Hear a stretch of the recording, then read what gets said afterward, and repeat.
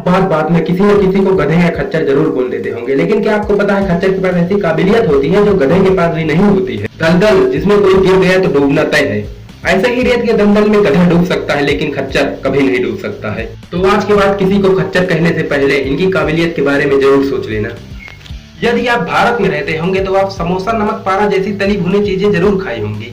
क्या आपको पता है समोसे जैसी तली भुनी चीजें आखिर इतनी स्वादिष्ट कैसे होती है? आखिर इसमें ऐसा क्या होता है जिनको खाने के बाद हमें दोबारा खाने का मन कहता है? जी नहीं जनाब, हमें तो नहीं पता, आप ही बता दीजिए।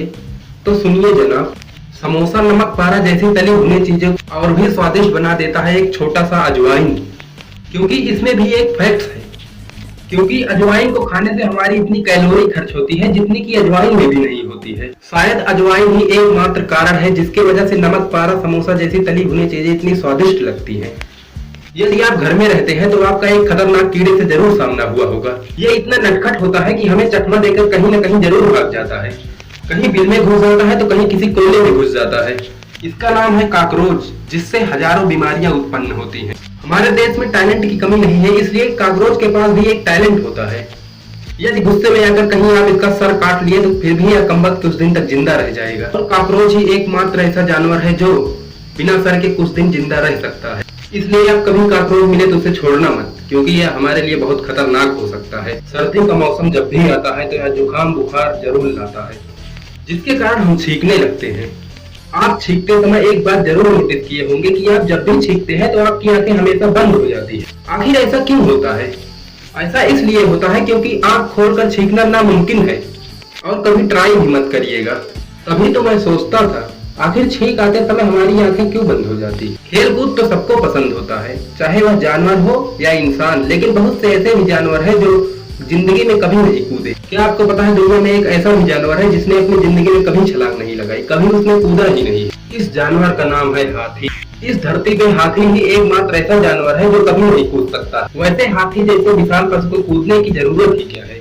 ये तो बिना कूदे ही अपने दुश्मनों को चीर फाड़ डालता है। हरियाली तो सबको पसंद होता है, यही तो कारण है जिसके वजह से मानव जीवन बड़े बड़े गार्डन और अजीबोगरीब पार्क बनाकर प्रकृति को भी टक्कर दे रहे हैं। सरकार अपने देश में हरियाली लाना चाहती है, लोग पेड़ों को कटने से बचा रहे हैं। इस दुनिया में बहुत से ऐसे पेड़ हैं जिनकी पत्तियां बहुत शक्तिशाली होती है, कई बड़ी बड़ी बीमारियों को एक झटके में ठीक करने की ताकत रखती है। इसी प्रकार बहुत से देशों के लोग पेड़ों की मदद से अजीबोगरीब घर भी बना लेते हैं।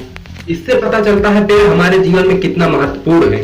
पेड़ की वजह से हमारा जनजीवन है, पेड़ की वजह से हम सांस ले पाते हैं। पेड़ हमारे जीवन में एक महत्वपूर्ण भूमिका निभा रहे हैं। हम बचपन से ही पेड़ों को हरा देखते हुए चले आ रहे हैं, लेकिन क्या आपने सोचा है आखिर पेड़ या इनकी पत्तियां हरी क्यों होती हैं?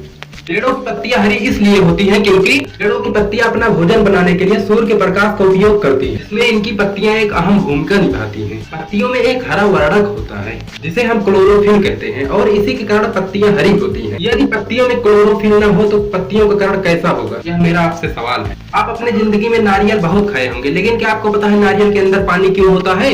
हम जब भी नारियल फोड़ते हैं तो उसमें पानी निकलता है, उसे ही हम कहते हैं नारियल पानी, जो कि खाने में बहुत मीठा होता है। क्या आपने कभी सोचा आखिर नारियल में पानी क्यों होता है?